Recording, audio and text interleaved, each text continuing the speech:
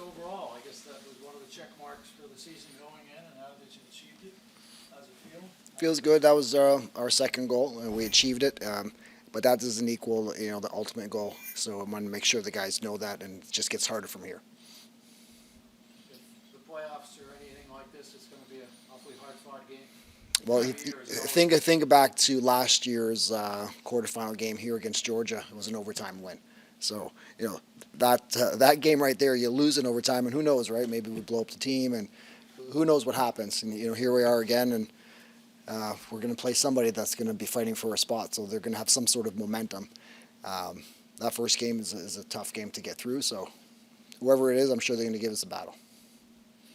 You started off 4-0 at home, and then obviously dropped 3 of the last 4 games at home in close games. Kind of what changed tonight, where when Halifax kept throwing punches that y'all could keep up with and run games. Well, in those games that you're referring to, I don't think we scored enough goals. We didn't capitalize on opportunities. Where today we put up 15 goals. You put 15 goals up, you're bound to win more often than lose, and that was the difference. The guys put the ball in the net. It wasn't really anything different that we did besides capitalize on opportunities. And I thought we did a really good job of minimizing their transition. They were a very good transition team, and I don't think they got any goals in transition. Where we got maybe 2 or 3. So we were getting goals on. And it was nice to see our power play succeed as well. So put up 15. I like our chances. Right. How do you kind of keep that fight? And obviously, you have a experienced team, but how do you keep that fight instilled in them for the weeks to come? Well, we got one more game against Georgia, and that's our game that's gearing up to the playoffs. So we got to treat it like a playoff game. It might be Georgia that we play, the next week after that. So we're going into that game, to win, and it's a prep for our playoff. Like, we're just using that as a stepping stone to have a good game in the first round. Yeah, I don't know how many times they did it, but Dane and Kyle have this kind of dump play where Dane gets double teamed and dumps it off to Kyle. Kind of where does that come from? Just practice, or is it a set play? A combination of all three, right? The idea is, when you have the ball, you want to draw to and dump it. And Buchanan, I'm sure, as you know, all year long, he's just really smart out there. He knows his gaps and spacing. He knows when to hit the gap, and he knows how to get open very well. And there was one obvious play today where Dane was actually getting physically manhandled by 2 guys, and he found the way to maintain the ball and also pass it off to Bucky. But they've been a really good combinations for us all year offensively. I don't know how many goals Bucky has this year, but I'm sure he's approaching his career. Broke his career high. Yeah, he did. There you go. He's been really capitalizing on his opportunities this year. I think he had 4 tonight, and I'm sure all of them came from Dane. So they've been working well for us, and we keep going to them. So we practice that. They work well. They want to be on the floor together. They see each other very well. What was it that worked so well in transitions tonight with shutting down Halifax and even the chance that you guys scored in transition? When we scored? Just what worked well that the two-way game was so successful? Well, I mean, in transition, you just got to know when to go, right? And sometimes the ball just bounces your way. I'll admit I didn't see what happened on Wires as a goal, but he had a clear-cut breakaway. So, sometimes it's like a high turnover off their team. Sometimes it's off a shot and you leak early.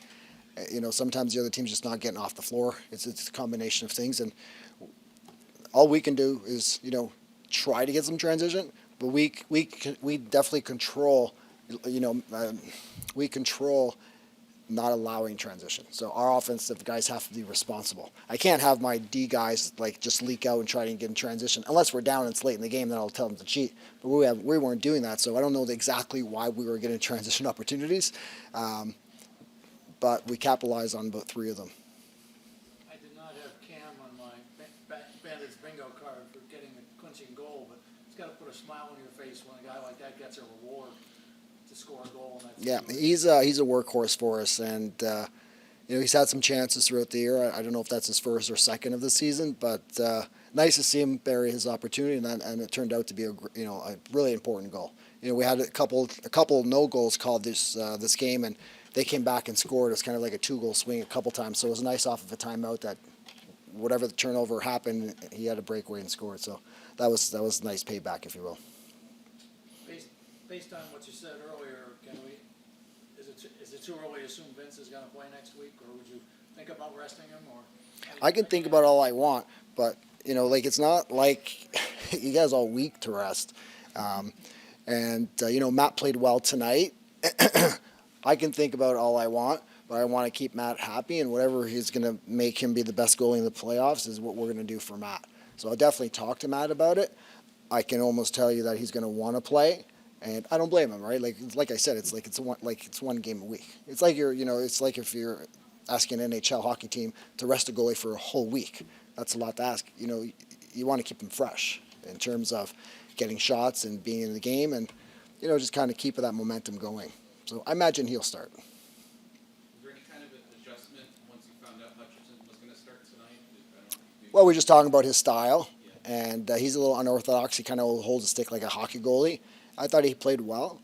I thought we shot the ball well too. I thought he made some big saves, but we put up 15, so I think he did a good job. And I thought Matt played really well as well for us.